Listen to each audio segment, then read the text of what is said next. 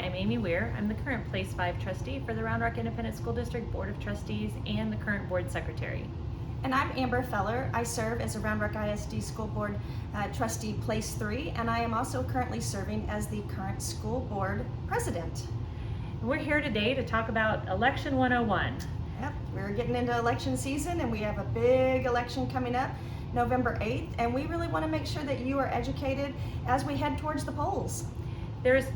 Our school district is at large. All seats in Round Rock Independent School District are at large, and 5 of them will be on the ballot. Everyone in Round Rock ISD will be voting for 5 places come November 8th. So it's not enough to know one of us or 2 of us. You're going to need to know who's running in 5 separate races. And when you talk about at large, Amy, what do you mean by that? What does at large mean? Well, we serve all the students of this entire district, and it's not a small district. It's 110 square miles. We have 5 comprehensive high schools. We have 2 alternative high schools. We have kids in the far east and in the far west of Round Rock ISD. There are a lot of students, and we serve all of them. Another really important thing to know as you get ready to go to the polls is the school board elections are going to be at the bottom of your ballot. So you're going to come in, you're going to see the big national races, then the state races, and then you're going to get down to local city races and keep on going. Then you'll get down to the Round Rock ISD School Board trustees. You'll have 5 choices, as Trustee Weir said, and it's important to get educated. Place 1 is going to be a 2-year term. There are 4 people currently running for that seat. And then there are 4 additional seats, place 3, 4, 5, and 6. 4, 5, and 6 will each be serving a 4-year term. So these votes are very important because you're making decisions for the Round Rock School District for the next 4 years. And Amber, don't forget, they're nonpartisan. When you get down to the bottom, it's not going to say R or D next to them. And that's really important for school board. We are nonpartisan. We are here to serve the students and the teachers. Absolutely. And we are not here to be a member of a political party and do what a political party necessarily wants us to do. This is about local control. This is about us doing what's right for our kids and our students, no matter what their parents' political party is, no matter what their religion is, no matter anything. We have to do what's best for our kids. So you will not see an R or a D next to any of the names when you get down to school board. And you know, Round Rock ISD not only is geographically large, like Amy was talking about, we have a lot of students. We currently have pretty close to 47,000 students in our district. And these students are involved in everything, you know, extracurricular. They're involved in, so we have special education students, we have general education students, and we have our talented and gifted students.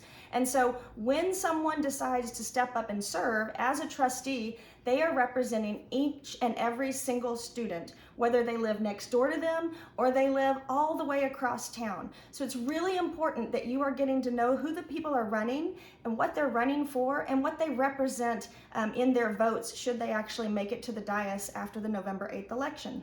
Because let's be honest, right now we do have trustees that sit on our board that do not represent all the students of this district. They represent a portion. We can't deny that. They absolutely do represent a portion of our district. Are they doing what's best for all students around Rock ISD? My personal opinion is no, they're not. And there are other people that are running that are going to be in that same category, that same boat. So you absolutely need to know who you're voting for, what they stand for, and how they're going to vote after November. Absolutely. And another thing about these elections that are coming up, we do have 5 seats that are open, and 5 seats do have an incumbent that is running. And as you get educated on who you want to vote for, when it comes the day after elections and the meetings right after that, we will elect new board officers. And board officers, according to our policy, must have served at least 1 year on the school board before being eligible to serve as an officer. So if you decide to vote for 5 new individuals, you're going to be left with 2 individuals currently on the board that will automatically become your board officers. So become very educated on who you're voting for, and if you want an incumbent to come back in and be able to serve as a board officer to represent those interests that may not be currently represented in the 2 individuals that could possibly be our board officers. You know, it's interesting because you and I have both been board president, and it is not an easy job. There's a lot of responsibility for board president, and one of the main responsibilities for board president is setting the agenda. So this election is going to actually determine for the next at least year, but probably 4 years, what is on the agenda in Round Rock ISD school board meetings. And I think agendas are really important to talk about, even when you're talking about elections, but it translates into getting into the daily business of the board. And the agendas set the priorities of what the board needs to be focusing their time on. And whoever takes that next role as board president needs to be setting the agendas on student outcomes. And that's kind of a hot topic word that we use a lot, student outcomes. Would you like to talk a little bit more about what student outcomes means? Well, we thankfully, actually it was Amber's idea to get us into Lone Star governance a couple years ago, which is through the Texas Education Agency. And we really are trying to focus on very specific goals for our students, broken down by student group, to improve our reading, to improve our math, to improve our college and career readiness, also our well-being, also how kids feel at school, feeling safe and feeling like they belong and being happy. Absolutely. And that's what we've tasked the administration to do. And we know we have work to do. And the administration knows that they have work to do. But the way we've structured it through Lone Star Governance is we are really going to start digging down into those groups that have traditionally not gotten the attention that they've needed in Round Rock ISD. Yep. Those campuses that haven't gotten the attention. Already our superintendent is looking at focusing on those particular campuses that for decades have not performed as well as other campuses. And there's so much good that's happening, so much good that's going forward. So please, that's part of the education. Look at what we've done, look at what we've voted on, look at our record and the record of the other people on the board, and then the record of the people who are on the board that are supporting other candidates. Absolutely. And, student outcomes, she explained it so well, but really succinctly, student outcomes is what a student can know and do and demonstrate that. And so what our ultimate goal is when students leave Round Rock ISD, we want them to have a robust skill set that sets them up for the future. Because no longer can a high school diploma really get you in a place where you can, make those goals long term. And it doesn't mean that you go to a 4-year college. It could be a trade school. It could be directly into the workforce. But without a robust skill set, which is what will happen if we're focusing on student outcomes, all of our students will leave Round Rock ISD with that robust skill set. So I think that's really important.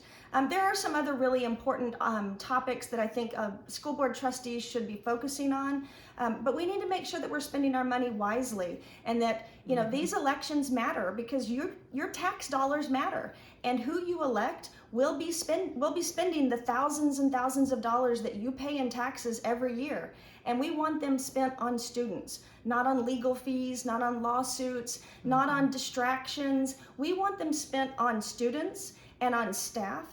And we want to recognize our staff and retain the most excellent and qualified staff that we have possible. And so I think these elections have long-term implications. That's why it's really important. And it's really why Amy and I wanted to come out today and talk about what the reason that you need to be educated as a voter as you walk into the polls, either early voting, which is October 23rd, can't remember, 23rd, 26th, it's somewhere right around there, and election day is November the 8th. Yeah.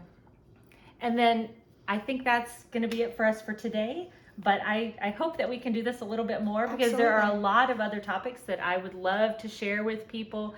Our experience as being board president and what that means, I think, is very important to a lot of people out there. We do have our tax rate coming up that we're going to be voting on. That's going to be important. That's next week, actually, on the 15th. And hopefully, you'll be involved, and you'll start watching, and you'll start paying attention, and you'll be ready to vote in November. The last thing I'd say is, I would be honored to have your vote, but most importantly, I want you to get educated. If you decide to vote for somebody else, I understand. But if you have questions, reach out, ask questions, make sure that you're making contact with people. there's a lot, thousands and thousands of hours of board meetings that you could go back and watch online, and I know most people are not going to do that. And so if you need some bullet points or some things to ask or questions to look for or accomplishments that have happened in the last 4 years, please reach out. We both have email addresses for our campaigns. You can reach us on our board email and we will reply from our campaign email addresses. There are lots of ways to get in touch with us, but we really thank you for the time that you spent with us today. And again, just a reminder, I'm Amber Feller, Place 3 Trustee, Round Rock ISD. And I'm Amy Weir, Place 5.